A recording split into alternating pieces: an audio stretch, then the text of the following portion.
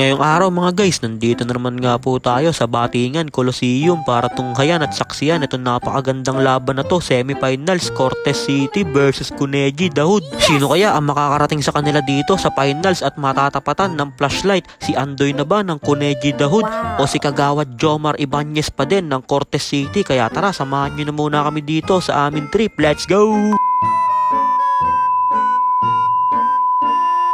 So, ayun po syempre, panoorin muna natin dito ang highlights nitong Cuneji Dahoud.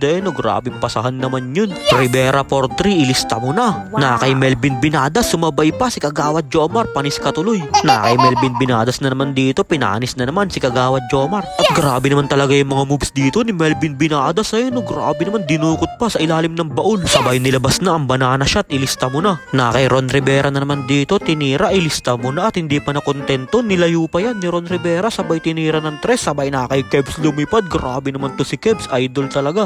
Kaya pakita na din natin dito ang highlights itong Cortez City. Inunahan na ni JB Gusela, sabay na kay Llagas ang bola, lumipad. Easy 2 points, nakuha ni Bimby. Grabe moves naman yun para kay Bimby. Talagang pag ganyan ang mga ipapakita mo moves ay talagang hindi malabong ikay maipasok ulit sa mahiwagang kubo. Bimby na naman sa ilalim, gandang paasa naman nun, ilista mo na. Kay Llagas na naman dito, pumeke ng pumeke, sabay tumira, may kasama pang foul.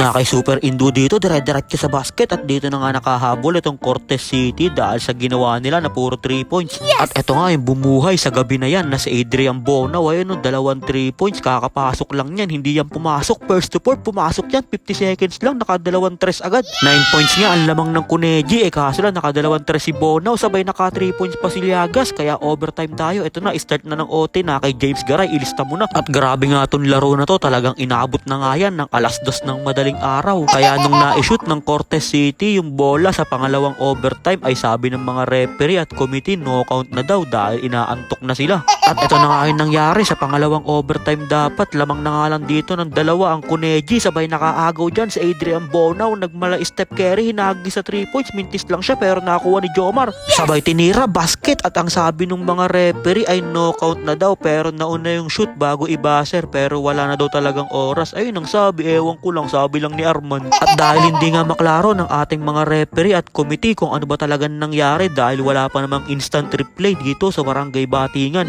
Kung may instant replay, edi sana napanood natin kung basket ba talaga o hindi. Kaya magkakaroon pa tayo dito ng best of 3 sa laban nitong dalawang team na to. Sa linggo ata gaganapin yung laban ulit nila para malaman na kung sino ba talaga ang pupunta sa finals. Pero ang sabi naman dyan ni Topex Apasionado, kung hindi daw magkasundo yung dalawang team ay magsanib puwersa na lang sila. Lalabanan daw sila ni Topex Apasionado kahit dalawang team pa sila, magsanib puwersa dahil waiting na nga dito ang RKD sa finals at nagiintay na lang sila dito ng kalaban. Pero ang sabi naman dyan ng paring Christian Errol Masbadko ay kahit sinong makalaban nila ay ready naman daw siya. Dahil sa interbarangay nga daw na 40 under ay naghahapit siya, dito pa kaya sa Liga ng Batingan na junior 23 under, talagang maghahapit dyan si Spicy P. Kaya papakitaan ko muna kayo ng highlights ni Spicy P para ganahan kayo at tapusin nyo na kaagad yung best of 3 OT nyo. Dahil nagiintay na ang RKD sa final, sabi nga ni Topex Apasionado, lalo yung pinapatagal ay lalo daw siyang nakukondisyon. Kaya abangan na lang natin yung itutuloy na laro dito na overtime daw dahil maganda-gandang laban yun. Kaya binaril na nga sila dyan ni Spicy P. Ayun, pinagbabaril, grabe naman yun, talagang makiya din.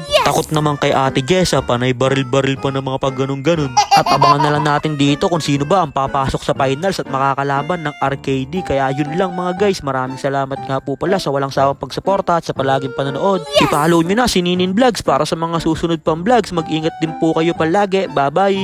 Yo!